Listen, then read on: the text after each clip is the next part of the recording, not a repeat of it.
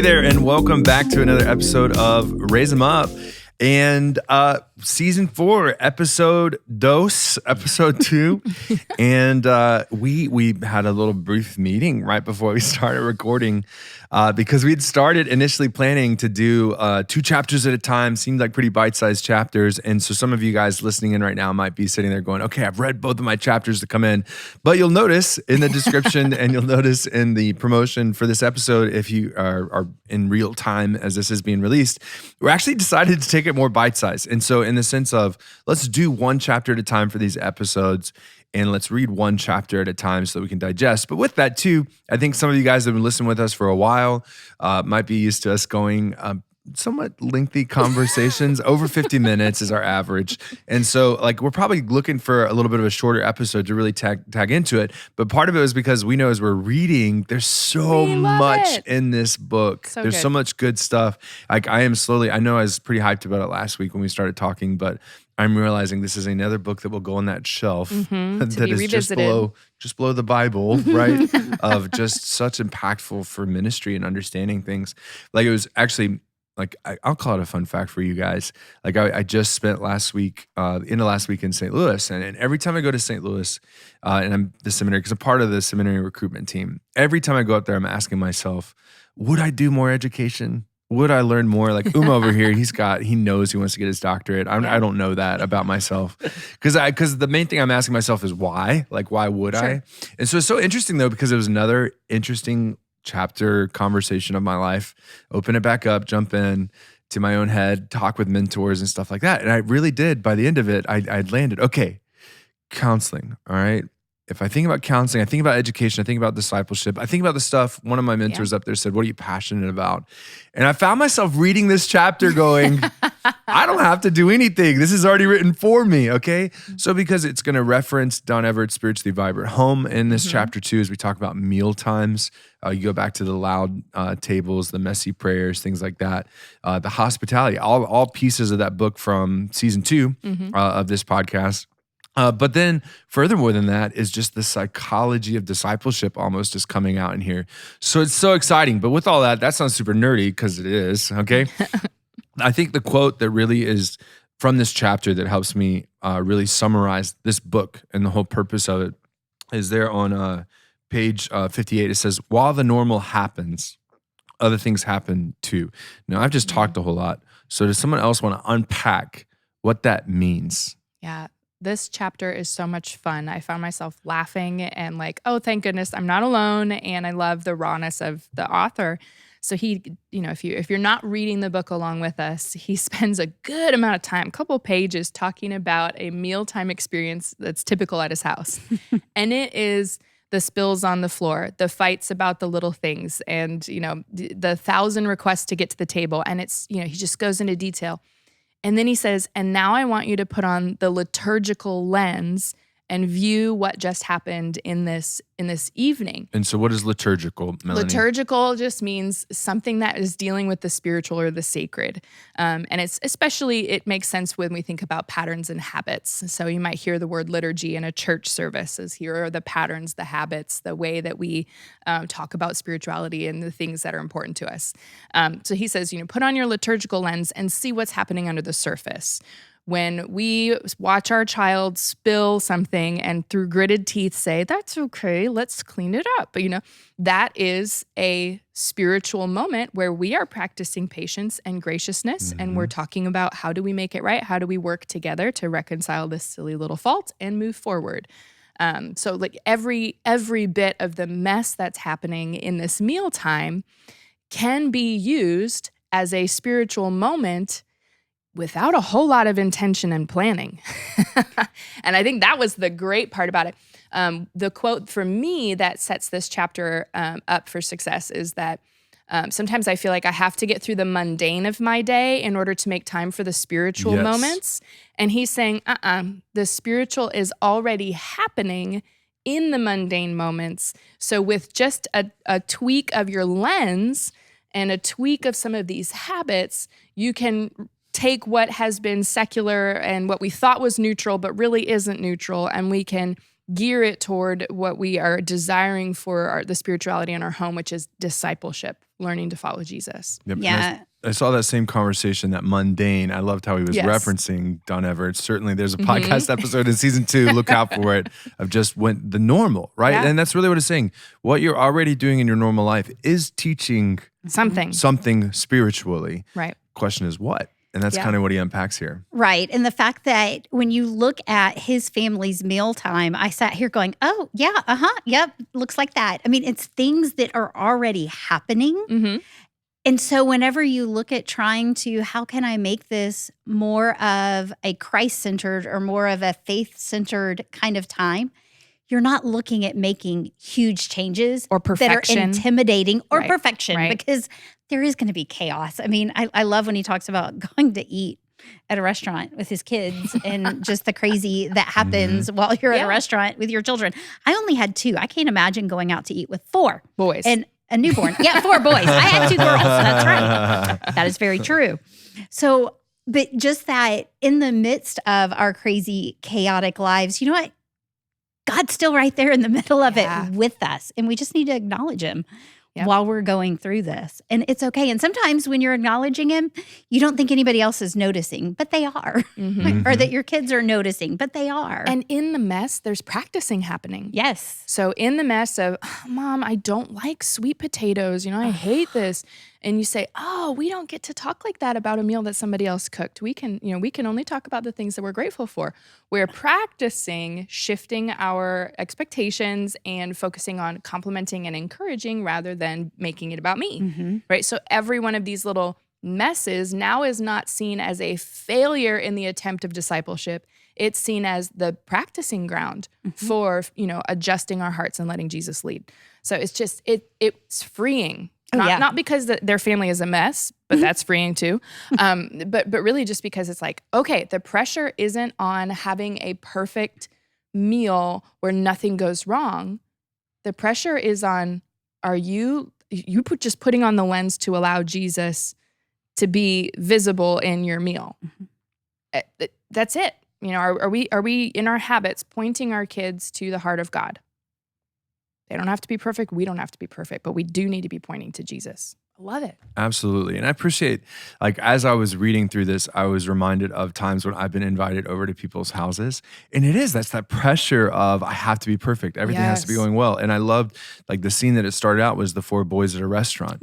Okay. And this complete embarrassment because the silverware hit the floor or dad raised his voice and everybody heard it and all this other stuff. But I was reminded of, there was an associate pastor over in the Tomball area that would invite me over, and he had 2 little girls and they had bedtime routines, and it was so interesting to be brought into that. So I empathized the story of the 30-year-old guy at the end. But then, Jan, you mentioned Pastor Cordray up in Indiana. I sat there. I stayed with them while he was getting installed, and enjoyed the family rhythm and habits. And then even when he was here in spring, invited me over. And again, I remember the caution. Hey, just so you know, we're a mess. Hey, blah, blah, blah. I was I'm sitting here going, y'all, we're all human. Of course you're a mess. Of course all this stuff is going on. No one's perfect. All the TV shows are scripted, okay? They cut out the outtakes. They cut out the WhatsApp. And that's the thing is, think of how many times, even in those movies or TV shows, they probably recorded those, right? Because they're trying to get it scripted perfectly to respond to what's going on. And that's the thing is, that's not normal life. So I appreciated that whole picture of everything that happened to that specific meal that ended in, okay, let me try a more graceful approach. What can I do to have some, and let's play a game. And it was funny to hear all the kids go, game? And then it was okay, it's the pepper shaker here.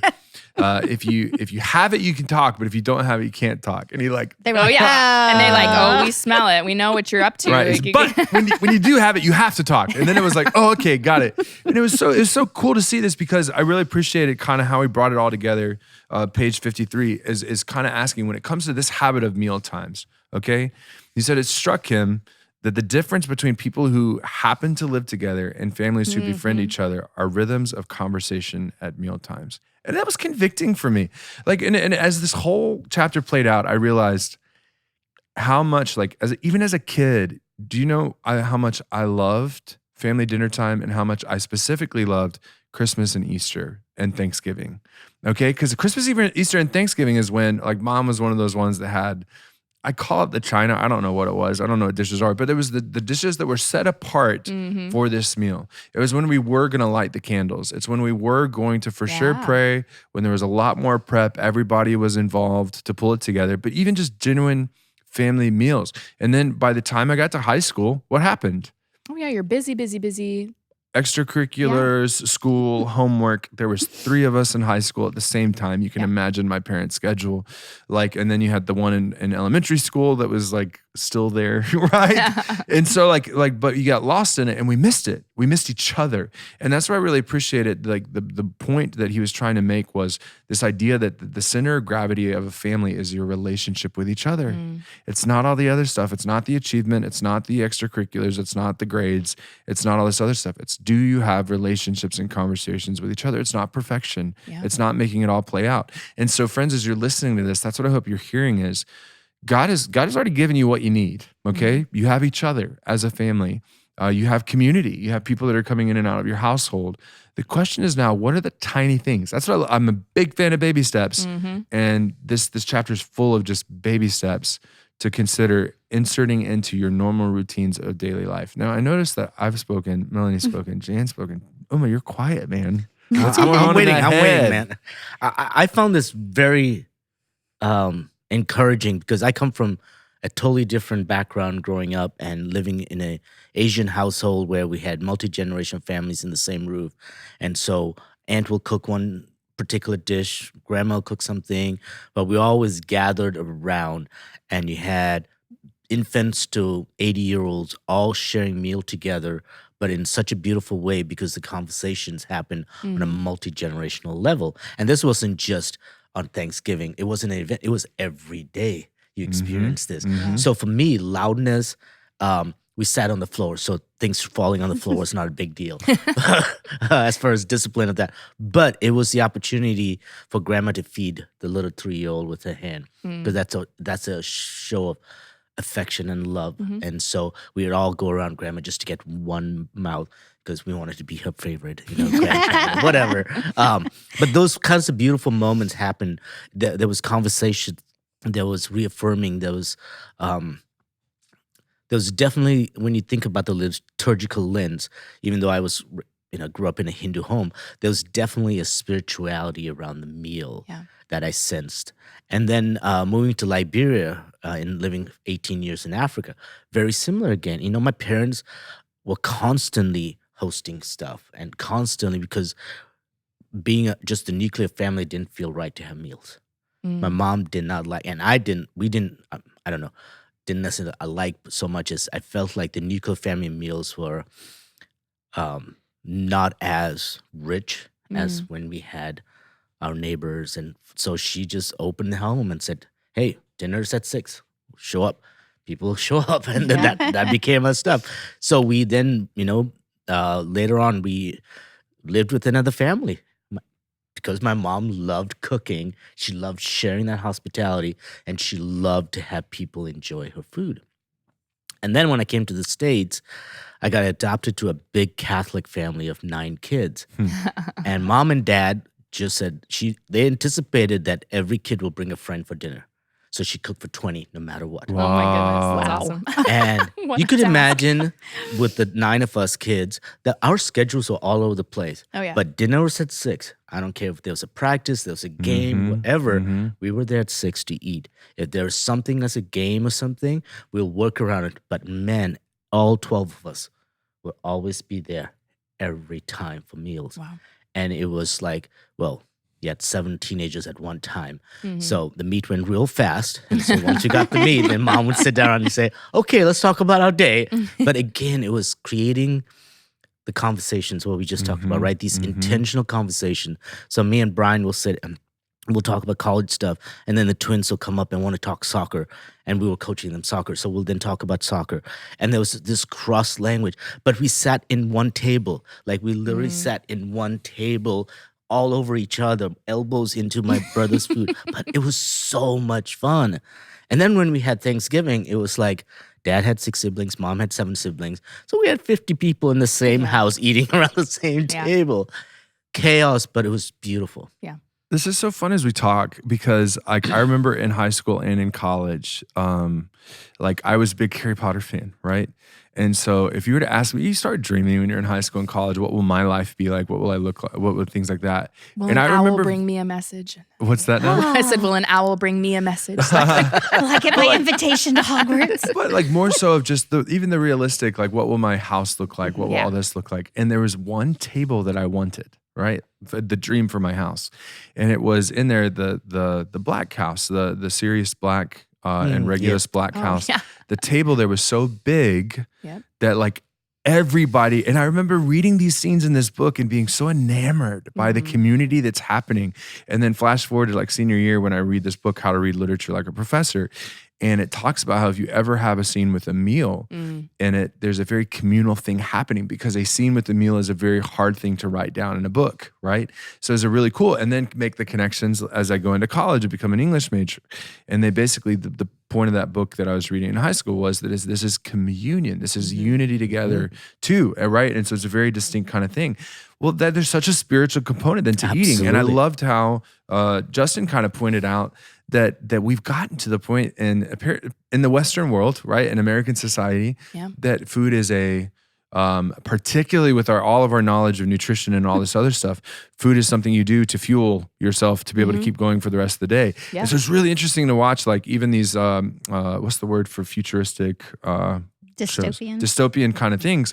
Like even I remember like Hunger Games, right? District 13. It is like almost an injection or a little squirt. This is how much you need, and that's all it is. Yeah. It's almost trying to take away the true purpose and sense that meals were created to be. And I even seen this in my own family when you sit down at my dad's parents' house, like they love, keep eating, you need to keep. And I was like, this is about community. This isn't about fueling my body, right? Yeah. And I love how it points out, like you see this play out in scripture. Okay, that meals are reminders that God provides. The food is a reminder that you need sustenance from Him, something spiritual. All these different pieces, and There's then an invitation into the community at the table. Come, exactly. you have a seat at the table. And that's why I love one of the initial things Justin says in this chapter. He says, it is not a given that a family eats together at all. Yet one of the most loving things that you can do for your family is simply to sit down at the same time in the same place and eat together. Yeah. And I love that. I have a confession because for me, I've experienced the food as fuel or task or entertainment. And that's another theme that kind of gets put into the chapter of like, mealtime is something we have to get through so that we can get to the other things that are on our to-do list. And so at the table, I'm like, we're not going to be singing a song right now with my 5 and 7-year-old. Like, I know you want to get up from the table 6 times to show daddy all of your papers, but we would like it if you would just stay at the table until you're done with your food, and then we can talk. And I've been convicted in the previous books that we've read, and I'm even more convicted that the community's missing, the fun is missing. We are We're making a stand by saying we're going to eat together, we're going to have a family meal, but then we're unfortunately missing the opportunity, skipping over the biggest benefit of that, which is the goal of relationships. So I'm finding myself in a spot where I feel like I need to be less rigid about what happens at my table, and I tend to be the one that's, I don't know, maybe a little less rigid anyway about getting up from the table. But I need to be even more aware that the conversation that's happening and the excitement that's happening, well, that's what the table's designed for. Like that's what God has given it to us for. But the other thing that I think is interesting is if you're a person who's like, no, I don't really think about food as fuel, or I don't really think about, food as being just some task, the other pressure is to have meals be entertainment. Like, I want to have this beautiful, wonderful meal that looks good, that I can show off, or that's going to fulfill some need of mine to treat myself to whatever. The Instagram photo. Yeah, the Instagram-worthy meal that you're going to have. Or I can only invite people into my home to have a meal when all of my stuff is together and in line and I have a good meal planned. So I was appreciative of the points in this chapter where they said, opening your home for meals to other people or hospitality, or even just within your own family. The meal doesn't have to be extravagant, but that's a way to honor your guests. Right.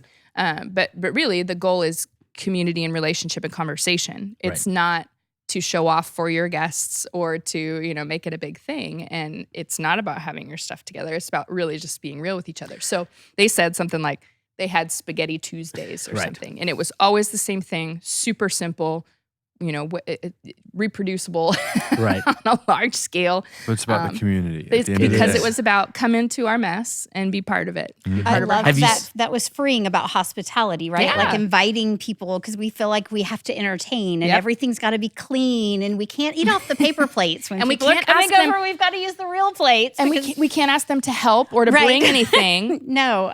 Why And not? the hospitality isn't that. You're inviting people into your chaos. Right. And you know what? That's, I like Jesus the came new into our method chaos. I've seen where families just put a plastic sheet and then just put the spaghetti on it and everyone eats around. You don't have to worry about plates, nothing. The kids can be as messy as you want to. They just eat what's on there and it's great. I'm going to have to do a lot I'm not more free work. enough for that. You just grab the plastic and throw it in the garbage. And then then I'm march the thinking- kids to bath time. The Yeah, kids have to be immediately to bathed. bath time. Oh, If gosh. it's warm, Anyway. you can put them outside with a water hose. Yes. That might work. There you go. But what I wanted to talk about is also this sensory nature of meals, right? I think in America especially, we've allowed it to be just like not even taste, like just consumption of fuel but meals have to be all five senses, right?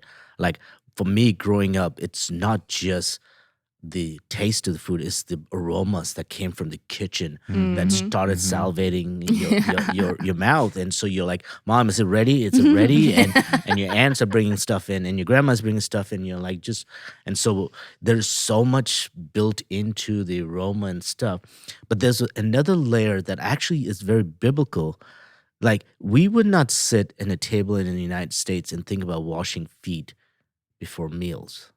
But that's a cultural thing. Like if you even look at what Jesus did, right, with the disciples, you're going to wash feet and then go eat right in the same table.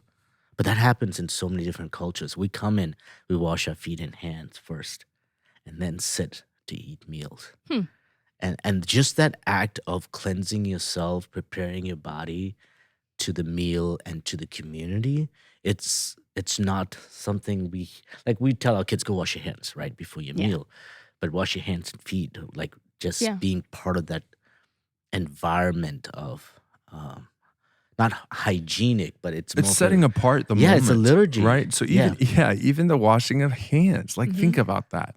Like that is, and like I hope you're doing this with your family meals, right? I think hygiene's a good thing, but even that's right. I washed my hands before a meal. It's almost setting apart the moment because you're doing something because you're about to do something else. It's not just about the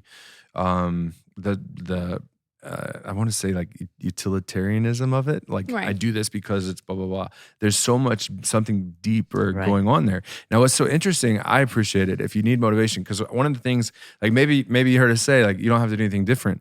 But I think one of the one thing that this chapter is pushing you to think about, if you're not already doing it, is just sit down with your family and have a meal. Now, I would say take the baby step.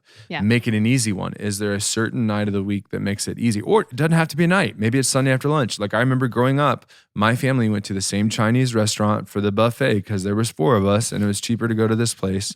And you better believe all of my siblings have this great nostalgia for this restaurant. It was hard for us when it closed, right? Is that not weird? Like this family-owned Chinese restaurant in a small town in Georgia closed down, and it was hard for us because there was so much community and all this other stuff that was associated. Sure, I have an affinity for Chinese food as well now, but that wasn't it. I can get Chinese food anywhere I want to. Like that was more so just the memories and all the other stuff. So even if it is going out to a restaurant, okay, and all the different pieces that can come together, that's something adding to this. And I appreciated how it said, like, what's crazy, right? It's crazy. God wants you to be in community with your own household, with your own family. And there's these psychological studies that are saying the same thing. There's a fascinating footnote on this statement. It said, "This is a well-studied wisdom," page 54. "Numerous studies have linked family meals to all sorts of positive family outcomes, from better academics to better behavior and reduced drug and alcohol abuse." Go to the footnote. It's quoting conversations between family meals and psychological well-being among adolescents, archives of pediatric and adolescent medicine, family meals and substance use. Is there a long-term protective association? Journal of Adolescent Health, relationship between frequency of family dinner and adolescent problem behaviors after adjusting for other family characteristics, Journal of Adolescence. Did you notice none of those are biblical or Christian Right. articles? Yeah. They're all psychological. It's as though God has designed us to participate in this activity together to better our relationships. Go figure. God is Imagine good. that. It's awesome. And I hope our tone is not, we're not trying to shame anybody that's not No. doing it. No, We're trying to absolutely. motivate. Yeah. Like, because I get it. Because again, I shared with you my experience in high school, but even as like you guys were talking about the pressure of hosting, I think about my small group, my adult small group made up of 20s and 30s and 40s. Like when we come together, I feel this giant pressure. I haven't made my portion of the food yet or something like that. And I can't tell you how many times people say, "Lee, it's fine. Yeah. It's okay. okay. We're here." Right? Because the point is not the food. Mhm. The point is not the schedule. The point is the community. The point is the relationship. And that's so true for each of your households too. Yeah. At the end of the day, are you having conversations, or are you allowing all these pieces? Because it dives into what Uma was talking about with the senses, dives into what Justin points out as kind of the practical versus the liturgical. Yes. And he walks us through this family meal. Melanie already kind of mentioned it, but they're typical just routines. Like they light a candle, and then all at once when it's lit, they say, "Christ is light." Is that the phrase? Am I Yep. getting Yes. right? Christ Yeah, is Christ light. is light. And then They hold hands and pray. they hold hands and pray. They do highs and lows, roses and thorns. And then was there a closing or anything? Oh no, it's just and then but okay. I just can't leave pointed the out table things. Oh yeah. until you do your roses and thorns. That's like you right. have to have Yeah. been a part of the communing, the And conversation. there's certain rules, like we talk about what we like at this table. Mhm. We're not talking about, there's other settings Yeah. to talk about things. That was the whole sweet potato thing that you Mhm, referenced earlier. But what I appreciated was I was reading that, and even as I say this list, some of our listeners are going, "Oh, that's the things I got to do." No. No. Justin, if you read this chapter, he is talking about the chaos that is happening around each and every one of these things. Yeah. Okay. Yep. There's dropped silverware. There's spilled messes. Like I want to Melanie- light There's the candle. I It's want to my light a turn. candle. It's Yeah. my turn. Who gets to blow out the match? Trying Like, to leave the table 6 times, and yeah. yes, there's all the different pieces that go along with this.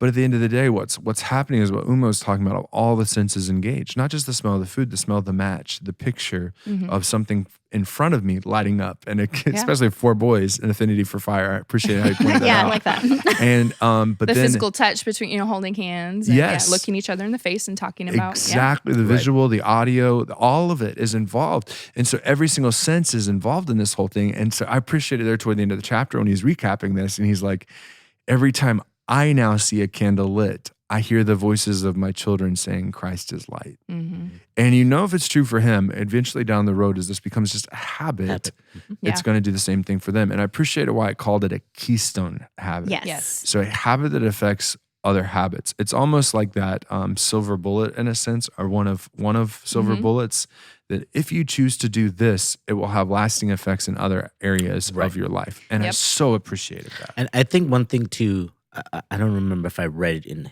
in this particular chapter, but removing distractions like screens and not having the TV on in the background and stuff like that. Oh, even when you have the TV on, it's like most times our TV's on, but no one's ever paying attention because Mhm.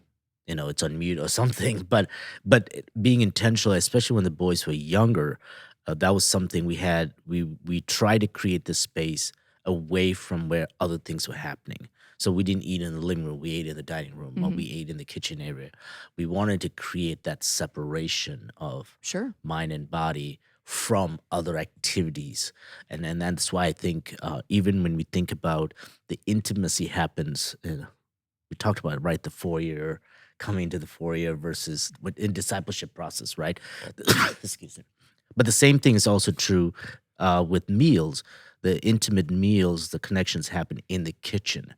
Yeah. And that location, I think, is important, that we're eating meals in the space where it's prepared and all of that stuff. And it's because you're not you're not experiencing it in the living room as a guest. Right. You're experiencing it in the trenches Right. as part of the family who does Yes. the process together. Exactly. Yeah. Yes. So just for our listeners. Yeah. The foyer, kitchen, living room. Yeah. dots to a conversation that happened offline. Yeah, because So- I didn't know that conversation Yes, either. So yes, good. that's for Jan. So the idea behind it was, as like a church, right, and in community, we can think about certain spaces that we offer to people that are just different, right? And so it talked about like the front door is probably a worship service here. Okay, so I could think about a neighbor coming to your front door. That's what they see of your house. But if you were to invite them into your living room, that's a little bit more of a social.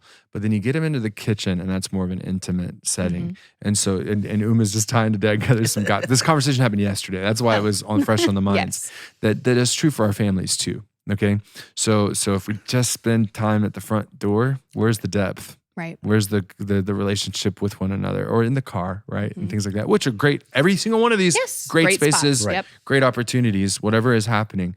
But to be intentional about not just time around a television, but stepping into that kitchen to have some real life happen. Yeah, and I will say this is one habit that was when my children were younger, we always had dinner together. We would sit at the table and we have a breakfast table. I am not a dining room kind of person, Sure. but we all sat in the breakfast room. We ate dinner. When people come, we grab chairs. I don't care if they match. You know, Yep. we're all sitting there together. As they've gotten older, it's kind of interesting because, you know, I've got a senior and a freshman and they've got different activities. So on the weekends, the freshman's at rehearsals and she's not home for dinners. And then Yeah. during the week, the senior's got volleyball and this at church and this going on. And so during the week, my younger one and I, we always have dinner together, the three of us. Well, the senior was home and it was quite entertaining because the younger one's like, hey, this is what family dinner's like. Yeah. Because she hadn't been there. But it's because that's just part of Yeah. who we are. Right. Family dinner happens. And they know if they're home, we are all sitting down at the table together. And we do try to find at least one day a week that all four of us are able to sit and eat together. Yeah. But I will say, when they were younger, they loved when mom went out of town because dad would let them eat at the TV trays in the living room and watch TV. They're like, yay, we get to watch TV tonight while we eat. So I want to go full circle where we started, right? So you Yeah. just said it's who we are, right? So Yeah. we've heard this refrain, sticky faith. We've heard it a little bit in a lot of the books that we've read. But notice that who you are is what you do. Yes. Okay. So I think that's really the impetus behind the whole book is these habits that you do are actually forming who you are as people, no matter what, even if you feel like you're not doing anything. So I really appreciate it sort of toward the close of the chapter, page 60. There's a beautiful, that whole thing we were unpacking with candles and smells and touch, pages 59, 60. Go read it. It was just, So so good. much fun. But then at page 60, he was talking about how all of this pushes us to ask, what exactly are we worshiping when we suppose we're not worshiping anything at all? And that's so convicting because when we do, oh no, we can't do this because we can't do the meal because we got the sports game or we got the theater performance or we've got the choir performance or we've got this commitment or this thing, or the same thing with church, right? Right. Yeah. What are we communicating? What are we worshiping? Who are we honoring with the choices that we make? Now, again, I'm not asking for an overhaul. I'm saying, look, you're already discipling. You're already pointing your kids to something and you're teaching them who they are going to become. That question is what? Yeah. Right? And so just in this idea too, again, it's easy to get angry or it's easy to say, all right, we're done with dinner because this wasn't perfect. And again, what are you communicating? What are you teaching? That dinner has to be perfect in order for us to do this. Dinner has to not be messy. Spoiler alert, it's going to be messy no matter what. I still remember, you want to talk about a guilty moment in confession? One of my first, I think it was my first Christmas in my house, my house, so Christmas 2018. And I was preaching Christmas Day. So I had a whole lot of pressure, still somewhat early in my ministry, you know. And I get home and I realize like no one is lifting a finger. Everyone's sleeping. Okay. No one's lifting a finger to make Christmas Day. And again, I told you as a kid, I was the one that sat at the table. Mom, can I sit at the table? Can I do this stuff? Can I help with the meal? Can I do all this stuff? Christmas Day dinner meant so much to me, or lunch, whatever it was. And I remember being so frustrated when we sat down for the meal that there was no talking. Everybody knew I was angry. Everybody knew I was upset. And it was the most tense Christmas dinner I've ever had. And my family noticed it too. And we eventually had to like talk about that, like what happened. And the truth was, I was angry. I didn't feel seen. I felt like I'd put in so much work for work that then I had to come home and put in all the work for home and making this happen and all this stuff. I felt overloaded. I felt alone. I felt all these other things, and I handled it in the wrong way. Right. And so it had to be I think we didn't even really get to talk about it until the next year because we were able to joke about it by then. But I thought it was so telling, right, of what was I really worshiping? What was I really wanting? And I was pursuing this kind of perfection rather than this mess, rather than allowing dinner to be 2 or 3 hours later than what we planned. Right. And that's okay. Yeah. Because it wasn't about the food and the plan and the timing. It was about my family was in town celebrating the joy we have in Jesus. Absolutely. Right? I want to share another story that just talks about the imperfection. And it happened last night, right? My youngest son is playing a game at St. Thomas. So my oldest son and my wife is out there to watch him play last game of the season. My girls are playing a game at St. Agnes. So I'm on the other side of town and my middle son is at work. And by the time all of us came home, it was 9:30 in the night. And so I got home an hour earlier than the other 4. And so we were like, what's for dinner? And we try as much as often to make meals at home. I said, there's some ground turkey. I said, fine, I'll cook some ground turkey. And the timing was perfect. As they walked in, the turkey was ready. And I made some naan. So I went with my Asian background. Tony made a bowl and ate with cheese. She went with her background. So we had all these different multicultural. And my middle gave me a hug. He's had a long day. I'm like, buddy, you're not having dinner? He's like, no. But he hung out for a few minutes and then went up to sleep because he was exhausted. My oldest saw 2 extra pieces of naan. He's like, Dad, I'm going to have the naan. Is that okay? I'm like, yes, let's do that. It was just this sporadic, moment. It wasn't perfect, but there was a meal. And there was a moment for community. Yes. And my youngest took a shower, came back, and Tony was still at the table, and I was sitting nearby. There was just this imperfection, but there was also this value that a meal was done, and it was 10 o'clock.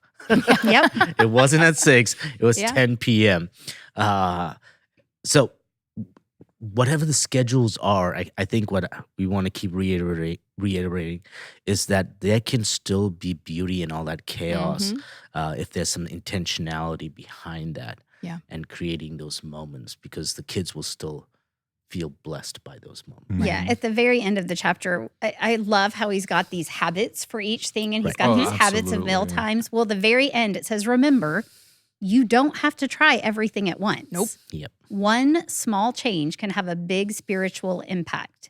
Pick one thing to start. One. It doesn't have to be, it doesn't even have to be, hey, we sit down every day. Maybe it's Sunday, evening is our time. Let's make an intentional effort to start here, whatever that is. And I love that because it harkens back to previous books that we've read. Are you, is this something where you're going to crack the door? Is this something where you're going to kind of open it wide or knock it off the hinges? Like, how can you start to implement this in a way that's tangible for your family? Because like you said, jumping into something big with 6, 7 new things is going to be hard for you to facilitate. It's going to be more likely that you're going to want to give up if you're trying to implement too many things at one time. So maybe you're like, hey, we do sit down to mealtime all the time, but we need to have some more conversation. So I'm going to institute high-low. And we're just going to do high-lows every night when we eat. Cool.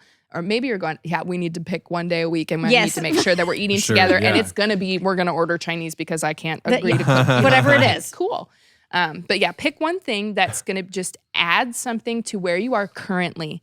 Don't pick the biggest thing that you think is going to be the most impactful. No. Start with something manageable, baby steps. Something that you can do and continue realistically. I heard you say you're going to have Chinese and you're going to invite Pastor Lee over. Yes. And, Absolutely. And that's why I appreciate these final pages, pages 66 to 68, is it really is just little different ideas to read through and just pick what's going to happen, because there's conversations, there's rules for the table type situations suggested, things to try as far as hospitality, invite someone into it. Great advice sitting here in this book. And if you're going, how in the world am I supposed to foster communication with my little kids? he talks about this pepper game that he invented on the fly in a desperate moment. And I just want to share another experience that has been very similar for us. We get my kids 5 and 7.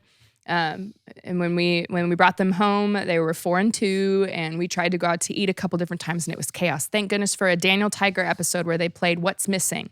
They put 4 things in the middle of the table. They had the kids close their eyes. The adult takes one thing away, and the kids have to figure out what it was, And I mean, we played What's Missing every time we went out to eat, and it was such a game changer. As the kids got a little bit older, we started playing I'm thinking of an animal that whatever, and it's gray. And then they could ask questions, well, what does it have, fur or skin, or what is it like to eat? We still play I'm thinking of an animal easily once a day in a car, and any time when the mood is tense, if I say I'm thinking of an animal, or Majesty, would you think of an animal? Boom. Mm-hmm. It's just a quick connecting point. So it can be something silly. It doesn't have to be something spiritual. Like, oh, well, tell me what Jesus is teaching you today. If that's not where your family's at, don't worry about it. But if that is where your family's at, great, go for it. It's, But it's the idea of relationship and community and honoring, because I think we'll get into this in the next episode as well, the next chapter with discipline is at the end of the day, it's about the relationship, because through you parents, God is teaching your kids about himself. And parents, through your kids, God is teaching you about a whole lot. him, right? So there's so many cool pieces. There's 2 quotes I want to do before we kind of wrap this up. I appreciate it on the idea of hospitality and inviting someone in, page 64. What I've learned from this is that whether it's a friend or a neighbor or a widow or a foster child or someone else, people don't join our households just because you wish for them to. They become a part of the household because there's a rhythm or a pattern that invites them in. So just setting patterns and rhythms in your life, which I know even as a single guy, I've got to do better about my own rhythms and patterns to bring a balance to my life. Because it's just, you look at Genesis chapter 1, that's how God designed us to be, is in rhythm. And then I liked page 65, speaking again just to habits, because this pepper game came back up. Like this one-off thing became his, like, what was it, 6-year-old leading a dinner party in the pepper game, like so similar. And he said, like most habits of the household, I don't cling to family dinner because it's easy every night or because it makes the family work.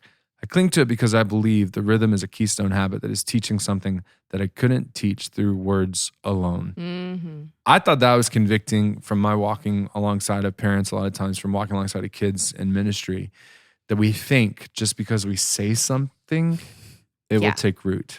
And it's a lot of times not what we say, but what we do over and over again. That is going to teach and teach and teach and teach. So I loved every bit of this chapter, every bit of this book. I think the other thing I'll throw out to our listeners is I think we all love talking about this and we all love the ideas. Y'all, join the conversation. Ask a question. Leave us a comment. Email us. Share Share your experiences around your fun tables. We all need more habits and things to try, and life hacks. Yes, please. Send those our way too. I mean, share this episode on Facebook or something and say, y'all, what habits do you have that you've enjoyed? And again, not necessarily spiritual habits, but just family habits that bring connection deeper in it. Like broaden this conversation, right? Maybe we're never even brought into it, but as long as you're having this conversation, it is a joy for us to know that this helped in any way, shape, or form. But if you need some advice, let's talk about it. This is easily becoming like one of my favorite topics between Don Everett's book and this book. I realized we didn't call it out. Justin Whitmel Earley's Habits of the Household, Practicing the Story of God in Everyday Family Rhythms. Great book, fantastic conversation. And we're looking forward to it continuing with our next episode, which is all about discipline. Yay. Yes. So we'll see you then. We'll see you then.